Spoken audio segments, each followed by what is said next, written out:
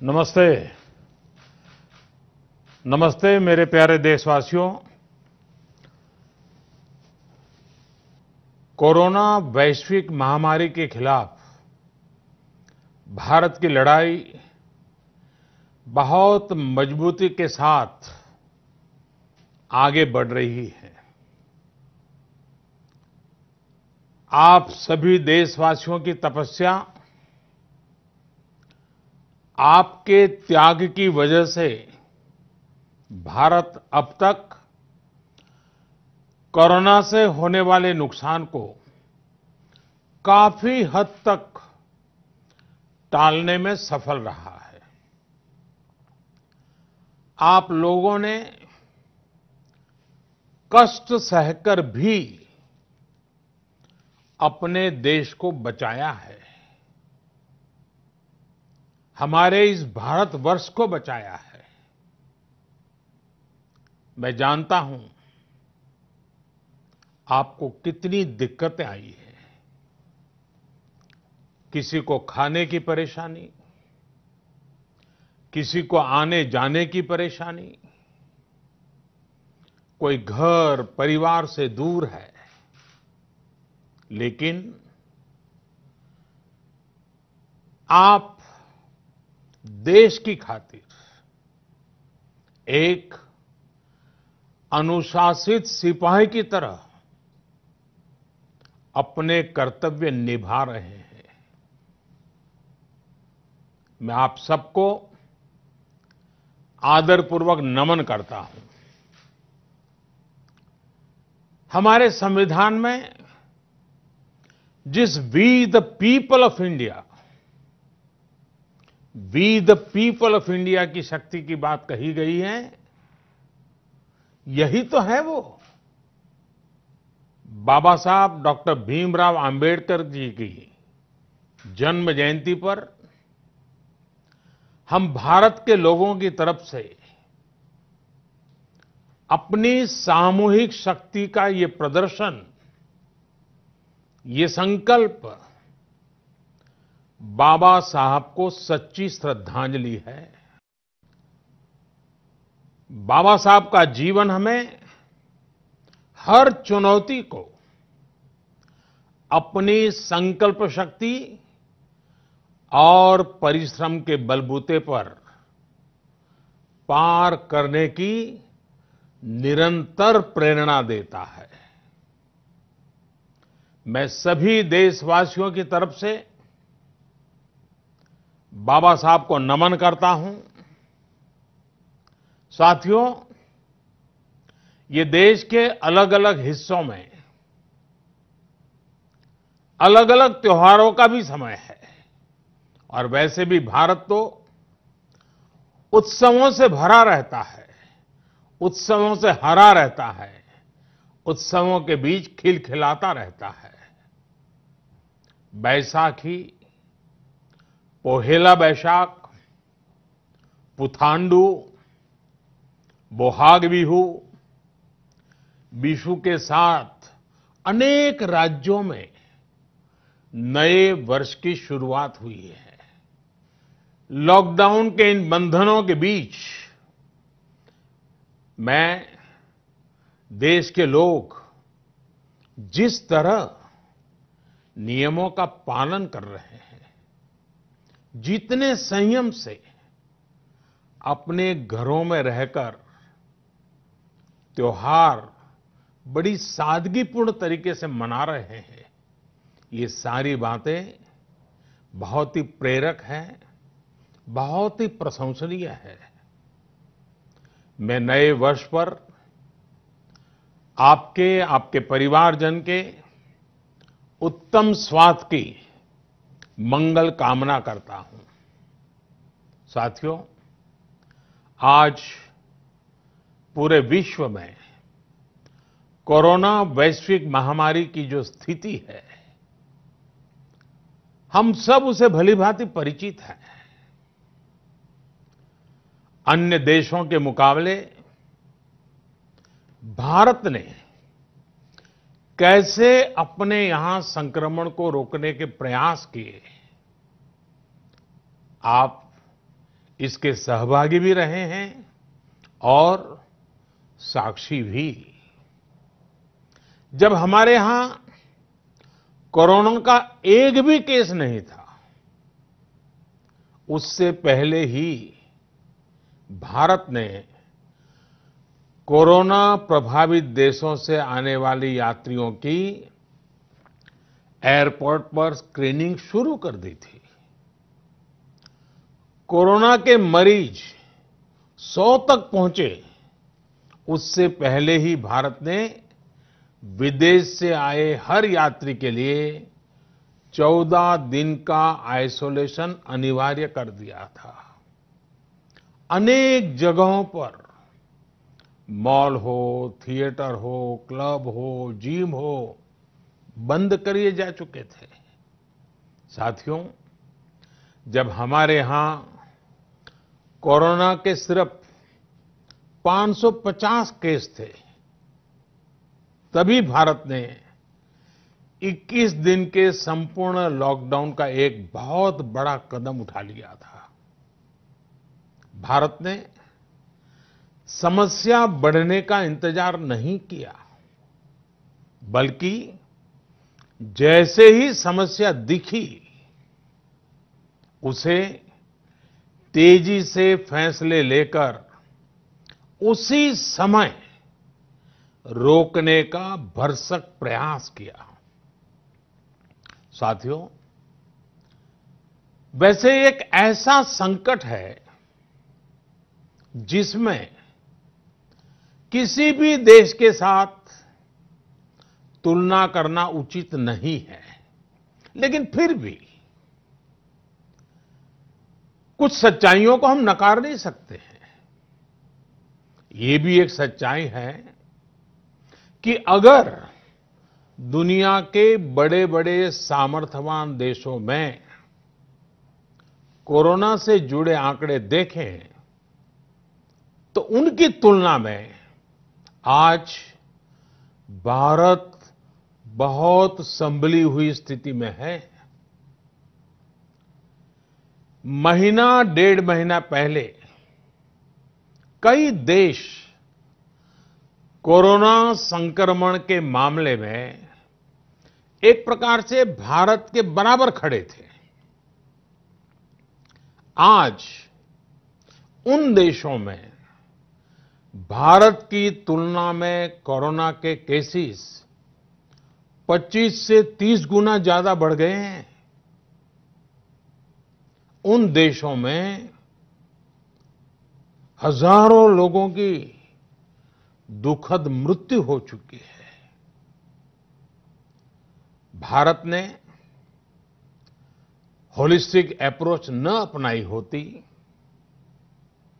Integrated approach न अपनाई होती, समय पर तेज फैसले न लिए होते, तो आज भारत की स्थिति क्या होती, इसकी कल्पना करते ही रुएं खड़े हो जाते हैं। लेकिन बीते दिनों के अनुभवों से ये साफ है कि हमने जो रास्ता चुना है, आज की स्थिति में वही हमारे लिए सही है। सोशल डिस्टेंसिंग और लॉकडाउन का बहुत बड़ा लाभ देश को मिला है। अगर सिर्फ आर्थिक दृष्टि से देखें तो ये महंगा जरूर लगता है, बहुत बड़ी कीमत चुकानी पड़ी है, लेकिन भारतवासियों की जिंदगी के आगे इसकी कोई तुलना नहीं हो सकती। सीमित संसाधनों के बीच भारत जिस मार्ग पर चला है, उस मार्ग की चर्चा आज दुनिया भर में होना बहुत स्वाभाविक है। देश की राज्य सरकारों ने भी स्थानीय स्वराज संस्थाओं की इकाइयों ने भी इसमें बहुत जिम्मेदारी के साथ काम किया है।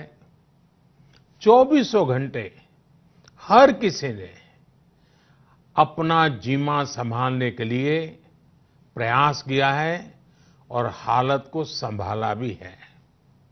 लेकिन साथियों, इन सब प्रयासों के बीच कोरोना जिस तरफ फैल रहा है, उसने विश्व भर में हेल्थ एक्सपर्ट्स को और सरकारों को और ज्यादा सतर्क कर दिया है। भारत में भी कोरोना के खिलाफ लड़ाई अब आगे कैसे बढ़े, हम विजयी कैसे हो, हमारे यहां नुकसान कम से कम कैसे हो, लोगों की दिक्कतें कम कैसे करें, इन बातों को लेकर राज्यों के साथ निरंतर चर्चाएं की है। और इन सभी चर्चाओं में से एक बात उभर करके आती है,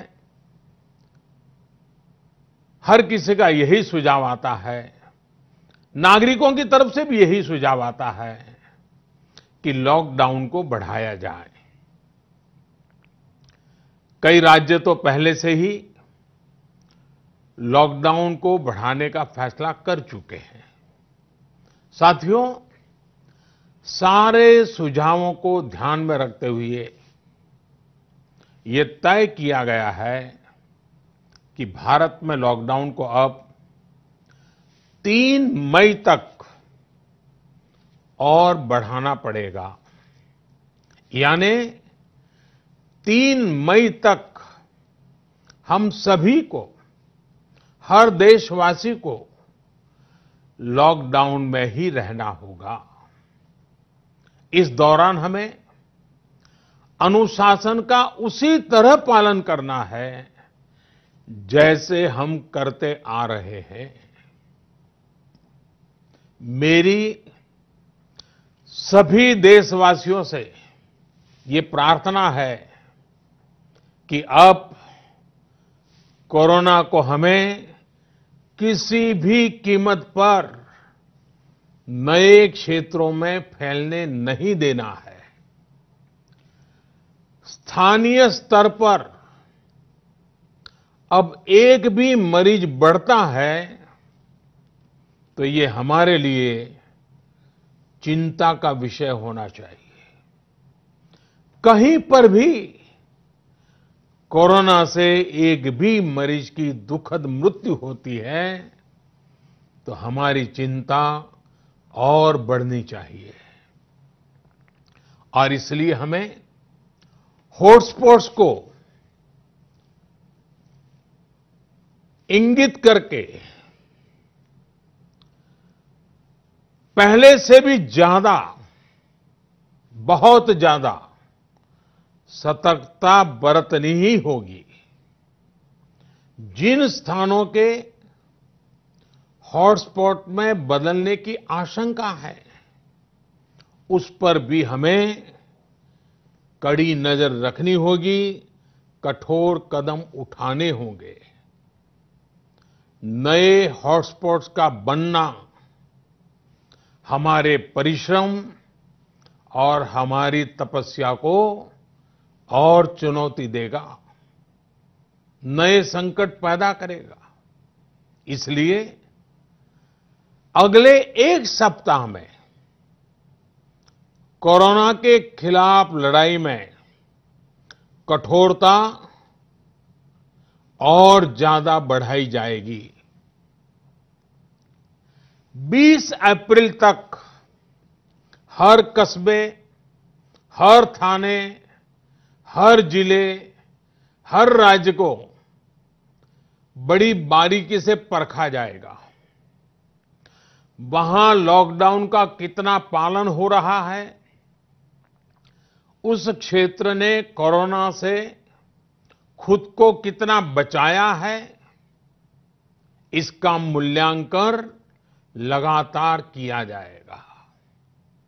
जो क्षेत्र इस अग्नि परीक्षा में सफल होंगे, जो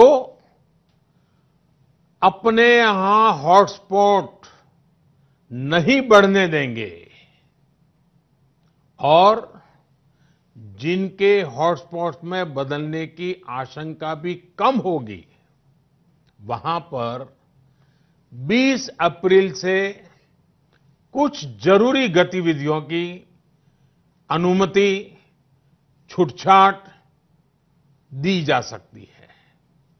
लेकिन याद रखिए, ये अनुमति सशर्त होगी।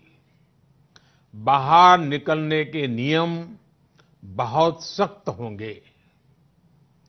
लॉकडाउन के नियम अगर टूटते हैं और कोरोना का पैर हमारे इलाके में पड़ता है, तो सारी अनुमति तुरंत वापस ले ली जाएगी। और इसलिए न खुद कोई लापरवाही करनी है और न ही किसी और को लापरवाही करने देना है। मेरे देशवासियों, कल इस बारे में सरकार की तरफ से एक विस्तृत गाइडलाइन जारी की जाएगी। साथियों, 20 अप्रैल से चिन्हित क्षेत्रों में इस सीमित छूट का प्रावधान हमारे गरीब भाई बहनों की आजीविका को ध्यान में रखते हुए किया गया है। जो रोज कमाते हैं, रोज की कमाई से अपनी जरूरतें पूरी करते हैं, वही मेरा एक बृहद परिवार है। मेरी सर्वोच्च प्राथमिकताओं में एक, इनके जीवन में आई मुश्किल को कम करना है। प्रधानमंत्री गरीब कल्याण योजना के माध्यम से सरकार ने उनकी मदद करने का हर संभव प्रयास किया है। अब नई गाइडलाइंस बनाते समय भी उनके हितों का पूरा ध्यान रखा गया है। इस समय रबी फसल की कटाई का काम भी जारी है। केंद्र सरकार और राज्य सरकारें मिलकर प्रयास कर रही हैं कि किसानों को कम से कम दिक्कत हो। साथियों, देश में दवा से लेकर के राशन तक पर्याप्त भंडार है। सप्लाई चेन की बाधाएं लगातार दूर की जा रही है। हेल्थ इंफ्रास्ट्रक्चर के मोर्चे पर भी हम तेजी से आगे बढ़ रहे हैं। जहां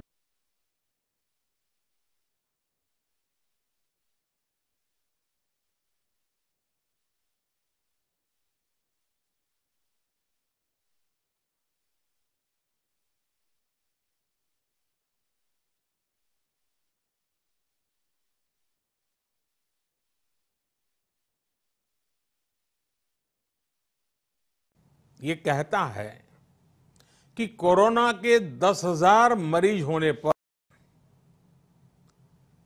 1500-1600 बेड्स की जरूरत होती है। भारत में आज हम 1 लाख से अधिक बेड्स की व्यवस्था कर चुके हैं। इतना ही नहीं, 600 से भी अधिक ऐसे अस्पताल हैं जो सिर्फ कोविड के इलाज के लिए काम कर रहे हैं। इन सुविधाओं को और तेजी से बढ़ाया जा रहा है। साथियों, आज भारत के पास भले सीमित संसाधन हो, लेकिन मेरा भारत के युवा वैज्ञानिकों से विशेष आग्रह है कि विश्व कल्याण के लिए मानव कल्याण के लिए।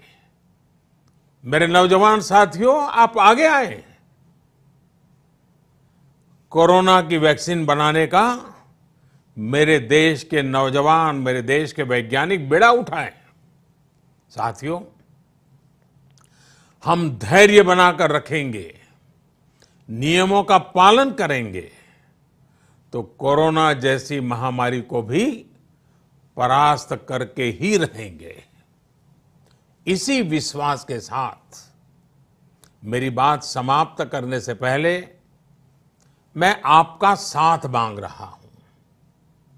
7 बातों में आपका साथ।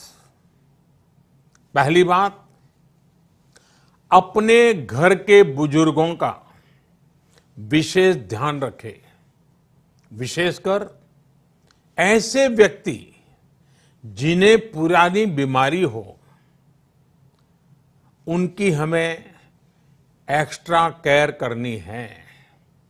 उन्हें कोरोना से बहुत बचाकर रखना है। दूसरी बात, लॉकडाउन और सोशल डिस्टेंसिंग की लक्ष्मण रेखा का पूरी तरह पालन करें। घर में बने फेस कवर या मास्क का, और वो भी घर में बने हुए, उनका अनिवार्य रूप से उपयोग करें। तीसरी बात, अपनी इम्यूनिटी बढ़ाने के लिए आयुष मंत्रालय द्वारा जो निर्देश दिए गए हैं, उसका अगर हम पालन करें, गर्म पानी है, काढ़ा है, इनका निरंतर सेवन करें। चौथी बात, कोरोना संक्रमण का फैलाव रोकने में मदद करने के लिए Aarogya Setu mobile app, Aarogya Setu mobile app जरूर डाउनलोड करें। दूसरों को भी इस ऐप को डाउनलोड करने के लिए प्रेरित करें। पांचवी बात, जितना हो सके उतने गरीब परिवार की देखरेख करें, उनके भोजन की आवश्यकता पूरी करें। छठी बात, आप अपने व्यवसाय, अपने उद्योग में अपने साथ काम करे लोगों के प्रति संवेदना रखें, किसी को नौकरी से न निकालें। सातवीं बात, देश के कोरोना योद्धाओं, हमारे डॉक्टर, नर्सेस, सफाई कर्मी, पुलिसकर्मी, ऐसे सभी लोगों का हम सम्मान करें, आदर पूर्वक उनका गौरव करें। साथियों, इन 7 बातों में आपका साथ, ये सप्तपदी विजय प्राप्त करने का मार्ग है। विजय होने का हमारे लिए निष्ठापूर्वक करने वाला ये काम है। पूरी निष्ठा के साथ 3 मई तक लॉकडाउन के नियमों का पालन करें। जहां है वहां रहे, सुरक्षित रहें। वयम राष्ट्रे जागृयाम, हम सभी राष्ट्र को जीवंत और जागृत बनाए रखेंगे। इसी कामना के साथ मैं अपनी बात समाप्त करता हूं। आपको, आपके परिवार को उत्तम स्वास्थ्य की मंगल कामनाएं करता हूं। बहुत बहुत धन्यवाद।